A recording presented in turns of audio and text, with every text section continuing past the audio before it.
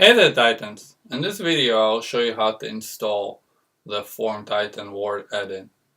So the first thing I'm going to do is create a blank document and pull it up, and I'm going to head over to Insert and Get Add-ins. So this is a Mac. I'm assuming it will work similar in the Windows environment as well.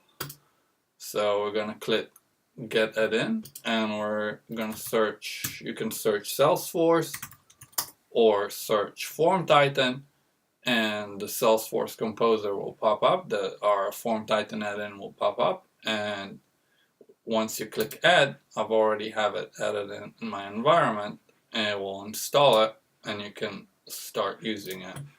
So again, get it in, insert, get add-ins, and this time we'll search FormTitan, and just go ahead and add it, and you can start using it.